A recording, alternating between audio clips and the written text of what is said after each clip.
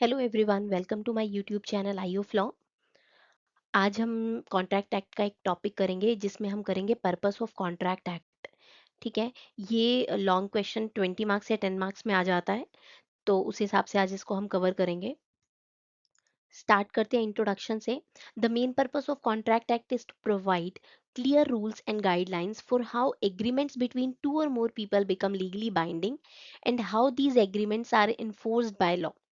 This help in protecting the rights of all the parties involved in a contract and in resolving dispute when promises are not kept.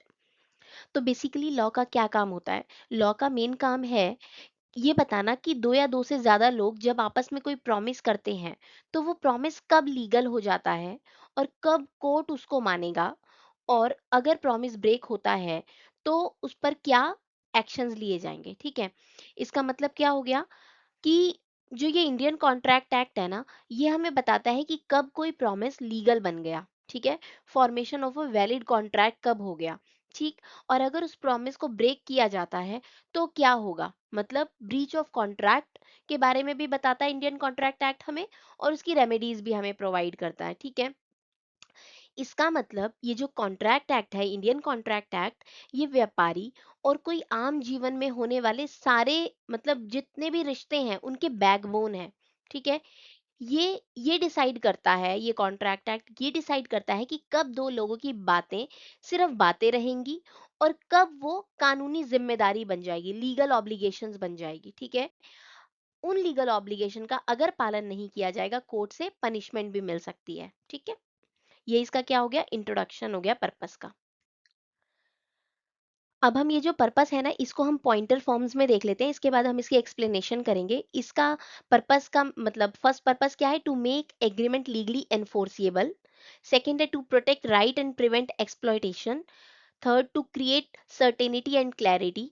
Fourth, to encourage trade and economic growth. Fifth, to offer remedies in case of breach. Sixth, to prevent fraud and unlawful acts.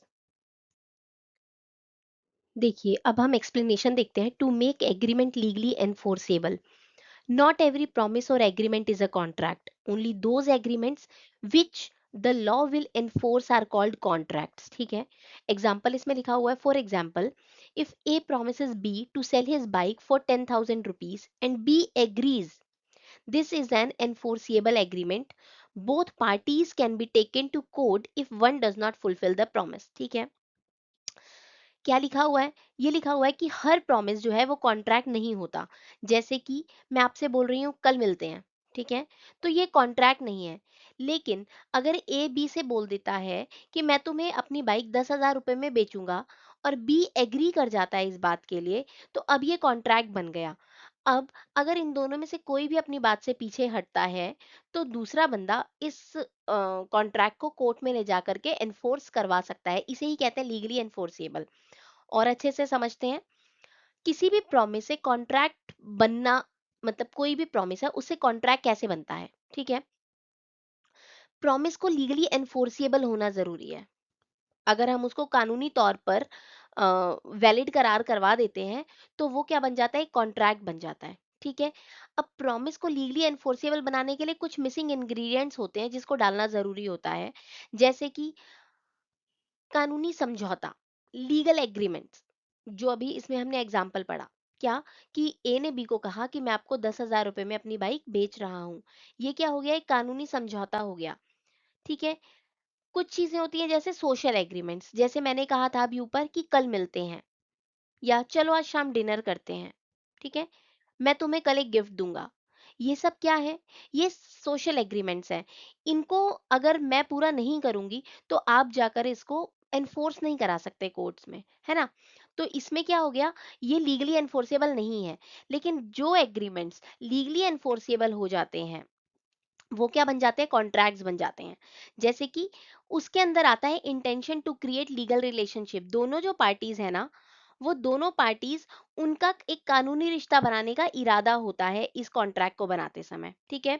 Business या cell purchase के जो agreements होते हैं ना, उसमें भी ये pre assume किया जाता है कि पार्टीज का इरादा है किस चीज का, कानूनी रूप से बंधने का। ठीक है। दोनों व्यक्ति जो भी जिनके भी बीच में ये पार्टीज जिनके भी बीच में ये एग्रीमेंट्स होने जा रहा है ना, वो दोनों ये चाहेंगे कि हम कानूनी रूप से बंध रहे हैं, और कोई मतलब पैसे की मॉनेटरी वैल्यू की लेन देन भी वो इकोनॉमिक ट्रांजैक्शन भी उसके अंदर शामिल करेंगे। ठीक है। कंसीडरेशन इसका मतलब हो गया कंसीडरेशन। कंसीडरेशन जो होता है ना, कंसीडरेशन किसी भी कॉन्ट्रैक्ट में सबसे ज्यादा जरूरी होता है। किसी एक कंसीडरेशन के बिना, लॉफुल कंसीडरेशन के बिना कोई भी वैलिड एग्रीमेंट या वैलिड कॉन्ट्रैक्ट बनता ही नहीं है। ठीक है। अब ये जो एग्जांपल हमारा इसमें लिखा हुआ है, इसमें ए के लिए कंसीडरेशन क्या है, 10,000 रुपए, और बी के लिए कंसीडरेशन क्या हो जाएगी, बाइक हो जाएगी। ठीक है। अब दोनों ही पार्टीज इसमें कुछ ना कुछ बदले में ले रहे हैं, है ना। वो उसको 10,000 रुपए दे रहा है, वो उसको बाइक दे रहा है। ठीक है। तो ये जो प्रॉमिस है, ये दोनों तरफ से कुछ कंसीडरेशन के बदले पूरा किया जा रहा है ना। इसमें किसी भी तरीके का बार्गेन या सौदा किसी तरीके का नहीं किया जा सकता, है ना। तो ही ये क्या होगा, एक एग्रीमेंट होगा, लीगली एनफोर्सिएबल एग्रीमेंट। ठीक। एनफोर्सिएबल होने से क्या हो जाता है, जब ये कोई एग्रीमेंट एनफोर्सिएबल हो जाता है, लीगली एनफोर्सिएबल, तो वो क्या हो जाता है, उससे उसको कानूनी मान्यता मिल जाती है। ठीक है। कानून के सामने उसको पहचान मिल गई, वो वैलिड हो गया। ठीक। दोनों पार्टीज के ऊपर जिम्मेदारी हो गई अपनी अपनी बातें पूरी करने की। अगर दोनों में से कोई भी पार्टी अपनी बातों से पीछे हटती है, तो दूसरी पार्टी रेमेडी के लिए कोर्ट में अपना केस डाल सकती है। ठीक है। तो यही हो गया to make agreement legally enforceable. ये कॉन्ट्रैक्ट एक्ट का मेन पर्पस है, कि किसी भी एग्रीमेंट्स को लीगली एनफोर्सिएबल बनाना। ठीक है। इसके बाद हमारा सेकंड पॉइंट आता है, to protect rights and prevent exploitation. Contract law ये इंश्योर करता है कि दोनों ही पार्टीज जो हैं, कॉन्ट्रैक्ट में इक्वली और फेयरली ट्रीट किए जाएंगे, और कोई भी एक पार्टी दूसरी पार्टी का एक्सप्लॉयटेशन नहीं करेगा। ठीक है। इसका मतलब हो गया कि कॉन्ट्रैक्ट लॉ जो है ना, सबके राइट्स को प्रोटेक्ट करता है। कोई किसी को बेवकूफ नहीं बना सकता इसमें। फॉर एग्जाम्पल, अगर बॉस ने अनफेयर सैलरी का कॉन्ट्रैक्ट दिया, या जबरदस्ती काम करवा रहा है वो बॉस, तो कॉन्ट्रैक्ट वैलिड नहीं है। लॉ इस पे प्रोटेक्शन देगा उस एम्प्लॉय को। ठीक है। तो इसका मतलब हो गया कि कॉन्ट्रैक्ट एक्ट जो है वो प्रोटेक्ट करता है पार्टीज के राइट को, और ये देखता है कि किसी भी एक पार्टी का शोषण ना किया जाए, है ना। कॉन्ट्रैक्ट लॉ ये निश्चित करेगा कि कोई भी समझौता, जितने भी इसके अंदर कॉन्ट्रैक्ट बन रहे हैं, वो फेयर हो, और दोनों पार्टीज की मर्जी से बने हो। ठीक। अगर कोई भी कॉन्ट्रैक्ट किसी कमजोर पार्टी के शोषण करता है, तो वो कानून की नजर में इनवैलिड हो जाता है, वैलिड नहीं माना जाता। ठीक है। इसका थर्ड पॉइंट आ रहा है, to create certainty and clarity, the act provide clear rules about what is required to make a contract valid and what happens if rules are broken. Example, if A and B make a contract, they must both agree on all terms clearly, otherwise there is no contract. तो ये बिल्कुल सही बात है कि contract law का एक मुख्य काम क्या है, निश्चितता, सर्टेनिटी और क्लैरिटी, स्पष्टता बताना। ठीक है। इसका क्या मतलब हो गया, कि जब दो लोग किसी वादे को, मतलब कोई भी कानूनी लीगल बॉन्ड में जाते हैं, कोई भी कानूनी बंधन में जाते हैं, तो उस बंधन की जितनी भी शर्तें हैं ना, टर्म्स है ना, बिल्कुल शक्ल उस जितनी भी शर्तें हैं सारी बिल्कुल क्लियर होनी चाहिए, एकदम साफ होनी चाहिए। ठीक है। एक किसी भी वैलिड कॉन्ट्रैक्ट के लिए ना, ये बहुत ज्यादा जरूरी है कि कॉन्ट्रैक्ट की जितनी भी मुख्य शर्तें हैं ना, जैसे कि क्या बेचा जाएगा, कितने में बेचा जाएगा, कब दिया जाएगा, ये बिल्कुल क्लियर हो। अगर ये अस्पष्ट होंगी, मतलब अगर ये वेग होंगी, तो कॉन्ट्रैक्ट जो होगा वो वैलिड नहीं रह जाएगा। ठीक है। कोर्ट क्या मानता है, कोर्ट ये चाहता है कि अगर कॉन्ट्रैक्ट की शर्तें स्पष्ट नहीं है, तो और अगर झगड़ा होता है, ठीक है, कोर्ट ये मानता है कि अगर शर्तें स्पष्ट नहीं है और झगड़ा हो जाता है, तो कोर्ट ये खुद ही फैसला नहीं कर पाएगा कि किस पार्टी ने वास्तव में वादा तोड़ा। क्यों? क्योंकि शर्तें ही क्लियर नहीं है। जैसे कि पार्टी उसको क्लियर नहीं है, वैसे कोर्ट को भी क्लियर नहीं होंगी। ठीक है। तो इसी तरीके से मुख्य पर्पस क्या आ गया, मेन पर्पस क्या आ गया कॉन्ट्रैक्ट एक्ट का, to create clarity and certainty. इसके साथ साथ नेक्स्ट पर्पस आता है, to encourage trade and economic growth by making promises trustworthy and providing a legal remedy if things go wrong. The act boost business and economic activity. For example, businesses confidently enter into deals knowing the law will help them if the agreement is not followed। तो सीधी सी बात इसमें क्या लिखी गई है, कि contract law का एक महत्वपूर्ण कार्य क्या है, कि वो व्यापार, जितने भी ट्रेड्स हैं, और आर्थिक विकास, इकोनॉमिक ग्रोथ, इन दोनों के लिए सबसे जरूरी काम करता है। ठीक है। क्योंकि ये जो कॉन्ट्रैक्ट लॉ है ना, एक विश्वास यानी कि गारंटी देता है ना? एक विश्वास देता है किसको? ट्रेडर्स को या बिज़नेसमैन्स को, ठीक है? जितने भी जैसे एक एग्जांपल मान के चलो कि एक व्यापारी है, ठीक है? दूसरे शहर में बहुत सारे या किसी दूसरे देश में व्यापार करता है, ठीक है? और बहुत सारा अपना माल भेजता है और भुगतान जो है उसका जो पैसा आता है वो बहुत दिनों बाद आता है, ठीक है? तो उसके पास लेकिन एक कानूनी गारंटी होती है ना? कि सामने वाला अगर पैसा नहीं देगा तो कोर्ट में जा सकता है वो और कोर्ट उसको रेमेडीज़ दिलवाएगी, ठीक? तो इस गारंटी के कारण जो व्यापारी है ना, वो खुले दिल से अपना बिज़नेस करता है, बहुत बड़ी-बड़ी डील्स करता है, क्योंकि उसे पता है कि मेरे को सपोर्ट कौन कर रहा है? हमारा मतलब हमारा लॉ जो है मुझे सपोर्ट कर रहा है। तो इससे क्या होता है ना, बहुत लंबे समय तक रिश्ते जो ये बिज़नेस के रिश्ते होते हैं, ये चलते रहते हैं, ठीक है? इसके साथ-साथ ये बूस्टिंग इकोनॉमिक एक्टिविटी भी करता है कॉन्ट्रैक्ट एक्ट। कैसे?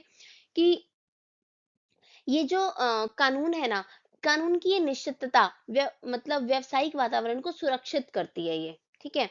जब लोगों को ये पता लगता है कि उनके जितने भी अधिकार हैं वो सुरक्षित हैं, तो वो ज़्यादा से ज़्यादा इन्वेस्टमेंट करेंगे, ठीक? और लेन-देन की जो संख्या होती है बिज़नेस में वो सारी बढ़ती चली जाएगी। इससे रिज़ल्ट क्या आएगा? ज़्यादा व्यापार होगा तो रोज़गार ज़्यादा होगा तो जो हमारी नेशनल इनकम है वो ज़्यादा बढ़ती जाएगी। इससे क्या होगा? इकोनॉमिक ग्रोथ बढ़े होगी, है ना? तो इस तरीके से कॉन्ट्रैक्ट एक्ट का दूसरा काम क्या बन गया? एनकरेज करता है ट्रेड को, क्योंकि एक विश्वास देता है, एक गारंटी देता है कि हाँ, मैं आपके पीछे हूँ आपको सपोर्ट करने के लिए, और इसके साथ-साथ इकोनॉमिक ग्रोथ देता है। जैसे ही विश्वास बढ़ता है, वैसे इकोनॉमिक ग्रोथ बढ़ जाती है, क्योंकि विश्वास से व्यापार ज़्यादा होता है, व्यापार से रोज़गार ज़्यादा होता है, रोज़गार से राष्ट्रीय आय बढ़ जाती है, नेशनल इनकम बढ़ जाती है और इससे इकोनॉमिक ग्रोथ आती है, ठीक है? जो नेक्स्ट पर्पस है वो है to offer remedies in case of breach. If one party does not perform their promise, the other party can get compensation, specific performance और अदर लीगल रेमेडीज। कंपनसेशन ले सकती है, स्पेसिफिक परफॉर्मेंस हो सकती है या अदर लीगल रेमेडीज जैसे कि इंजंक्शन वगैरह आ सकता है थ्रू द कोर्ट्स, ठीक है? एग्जाम्पल लिखा है, if B pays A to deliver goods but A does not deliver, B can seek compensation, ठीक है? अगर बी ने ए को कुछ पैसा दिया कि मुझे ये सामान भेज देना, ए ने सामान नहीं भेजा, तो बी जो है वो कंपनसेशन की मांग कर सकता है कोर्ट से, ठीक है? तो इसका मतलब हमें क्या समझ में आया? हमें ये समझ में आया कि कॉन्ट्रैक्ट एक्ट का एक और पहलू क्या है कि वो रेमेडीज प्रोवाइड करवाता है इन केस ऑफ एनी ब्रीच। किसी भी कॉन्ट्रैक्ट को अगर तोड़ दिया जाता है, बीच में पूरा नहीं किया जाता है, तो वो जो विक्टिम पार्टी होती है, जो जिसके ऊपर ये वादी होता है, जो उसको रेमेडीज दिलवाता है, ठीक है? कैसे रेमेडीज दिलवाता है? इसकी मेन रेमेडीज क्या है? या तो वो डैमेजेस या कंपनसेशन दिलवाता है, ठीक है? ये जो डैमेजेस और कंपनसेशन है ना, ये सबसे ज्यादा इसको एक आम उपचार की तरह देखा जाता है कि बहुत ज्यादा यूज में लिया जाता है इसको। जो भी वादा तोड़ने वाली पार्टी होती है ना, उसको कोर्ट ये आदेश दे देता है कि जो पीड़ित पार्टी है, जो विक्टिम पार्टी है, जो वादी है, उसको पैसे के रूप में मुआवजा दे दो, कंपनसेट करो उसको, जो भी उसका अ, नुकसान हुआ है उसके लिए, ठीक है? अब इसका पर्पस क्या होता है उसको ये कंपनसेट करवाने का? कंपनसेशन कर दिलवाने का ये उसका मकसद होता है कोर्ट का, कि वो ये चाहती है कि जो पीड़ित पार्टी है, जो विक्टिम पार्टी है, जो वादी है, उसको उस स्थिति में ला देना जैसे कि कॉन्ट्रैक्ट टूटा ही नहीं है। उस स्थिति में उसको लेकर आओ, ठीक है? एग्ज़ाम्पल जैसे कि यही एग्ज़ाम्पल दिया हुआ है, बी ने ए को पैसे दिए थे कि मुझे गुड्स दे दो, ठीक है? ए ने वो डिलीवर नहीं किए, तो अब कोर्ट ने ए को आदेश दिया कि आप बी को उसके दिए हुए पैसे वापस करिए। साथ के साथ उसको वो पैसा भी वापस दो जो आपके सामान ना देने के कारण उसने नुकसान सहा है। जैसे कि बी ने इमरजेंसी में कहीं से वो सामान और महँगे दामों में लिया, ठीक है? तो वो डिफरेंस भी आप उसको पे करो। ए को ये ऑर्डर मिल गया कि वो डिफरेंस भी आप बी को पे करो, क्योंकि आपने सामान नहीं भेजा इसलिए बी को महँगे दामों में वो सामान इमरजेंसी में लेना पड़ गया, ठीक है? तो ये हो गया कंपनसेशन का। अब स्पेसिफिक परफॉर्मेंस क्या होती है? कुछ मामलों में जहाँ पे सिर्फ पैसा दे देना एक सफिशिएंट समाधान नहीं होता है, ठीक है? तो जैसे कि किसी ज़मीन की कोई बिक्री है, ठीक है?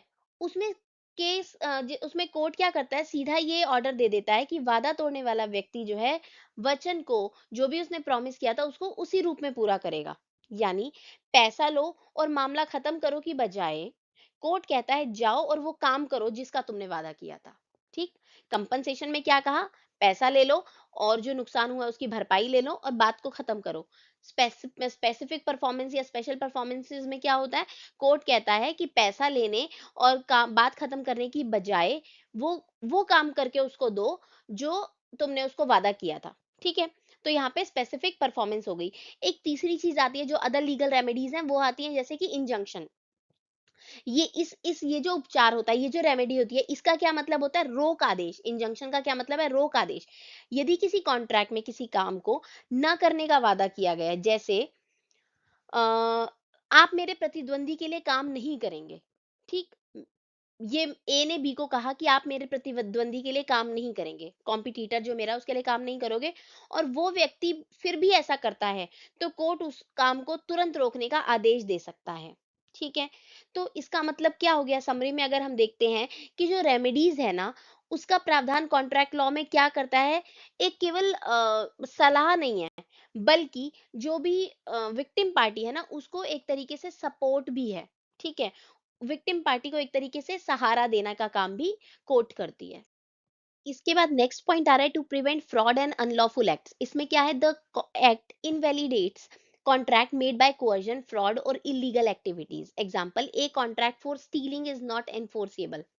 ठीक है, if A tricks B into a contract, B can get it cancelled। इसका मतलब क्या है, जो भी कॉन्ट्रैक्ट जो है कोअर्जन से, फ्रॉड से, इलीगल एक्टिविटीज के लिए बनाए गए हैं, वो सारे कॉन्ट्रैक्ट को ये कॉन्ट्रैक्ट एक्ट क्या करता है, इनवैलिड घोषित कर देता है, कि उसका कोई रोल ही नहीं रह जाता। ठीक है, जैसे कि अनलॉफुल ऑब्जेक्ट को एक मान लो। ठीक है, हमें ये पता है कि कोई भी कॉन्ट्रैक्ट अगर किसी अनलॉफुल ऑब्जेक्ट पे बना होगा तो वो क्या होगा, इनवैलिड हो जाएगा कॉन्ट्रैक्ट एक्ट की दृष्टि में। जैसे कि ए ने बी से कहा तुम ऐसा करो, वहां जाके चोरी करो और मैं तुम्हें पैसा दूंगा।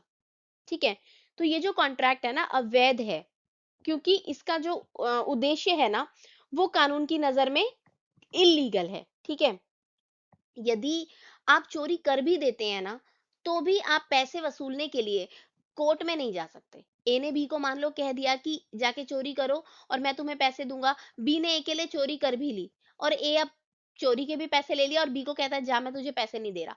तो क्या ए सॉरी क्या बी अपने इस पैसे को लेने के लिए कोर्ट जा सकता है, ए से नहीं जा सकता, क्योंकि उसने इलीगल काम किया है। ठीक है, इसी तरीके से अगर कोअर्जन से कोई कॉन्ट्रैक्ट बनाया है जिसमें फ्री कंसेंट भी नहीं है, किसी को डरा कर धमका कर कोई कॉन्ट्रैक्ट बनाया गया है, तो वो भी इनवैलिड ही हो जाता है कानून की दृष्टि में। ठीक है, अगर जो विक्टिम पार्टी है वो ये कह दे कि ये कॉन्ट्रैक्ट तो मेरी फ्री कंसेंट से था ही नहीं, तो वो कॉन्ट्रैक्ट वहीं का वहीं इनवैलिड हो जाएगा। ठीक है, उसको कोई भी एनफोर्स नहीं करवा पाएगा।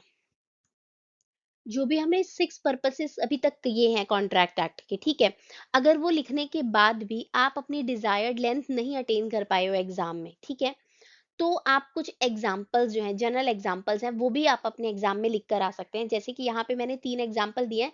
बिजनेस कॉन्ट्रैक्ट का एक एग्जाम्पल है, जैसे ए ने बी से 100 ऑयल के डब्बे लिए, ठीक है, 2000 रुपए में खरीदे हैं। ठीक है, अब बी ने माल नहीं दिया, ए ने पैसे दिया, तो जो गलत करेगा उस पे स्यूट हो सकता है। ठीक है, इस तरीके से नेक्स्ट है पर्सनल कॉन्ट्रैक्ट का एग्जांपल। अगर किसी ने बोला ये काम कर दो मैं पैसे दूंगा, काम हो गया, पैसे नहीं मिले, तो कोर्ट जाकर क्लेम करवा सकते हैं अपने पैसे को। ठीक है, इसके बाद है इनवैलिड एग्रीमेंट का कोई एग्जांपल। दो फ्रेंड ने बोला कल लंच में मिलते हैं, ये कॉन्ट्रैक्ट नहीं है, क्योंकि इसमें कोई लीगल ऑब्लिगेशंस नहीं है, है ना, इसको कोई भी पार्टी दूसरे से एनफोर्स नहीं करा सकती है।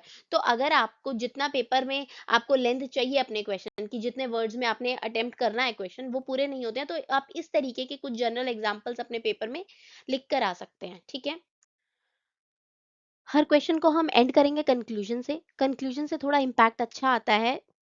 ठीक है, क्वेश्चन का प्रेजेंटेशन अच्छी लगती है। तो इधर the purpose of contract act is to provide a legal framework for forming, executing and enforcing contracts. इसका मतलब क्या हो गया कि ये जो कॉन्ट्रैक्ट एक्ट है ना, ये सभी को प्रोटेक्शन देता है, ट्रस्ट बिल्ड करता है। ठीक है, इजी बनाता है क्या, ट्रेड करना, क्योंकि हमारे पास एक ट्रस्ट आ गया। ठीक है, एश्योरिटी देता है कि जितने भी प्रोमिसेस हुए हैं ना, वो फेयर तरीके से निभाए जाएंगे, वरना आपको रेमेडी भी मिलेगी। मतलब जिसने जो भी प्रतिवादी है, जो भी कॉन्ट्रैक्ट तोड़ने वाला है, उससे आपको रेमेडी दिलवाई जाएगी अगर वो बीच में कॉन्ट्रैक्ट अपना तोड़ देता है। ठीक है? इसी वजह से कॉन्ट्रैक्ट लॉ को जो है ना हर जगह इम्पोर्टेंट है। बिजनेस हो या डेली लाइफ हो, हम कॉन्ट्रैक्ट्स करते ही रहते हैं और कॉन्ट्रैक्ट लॉ जो है हमें सपोर्ट करता है। ठीक है? तो इसी के साथ आज का लेक्चर हम खत्म करते हैं। फिर मिलते हैं नेक्स्ट वीडियो में। Thank you.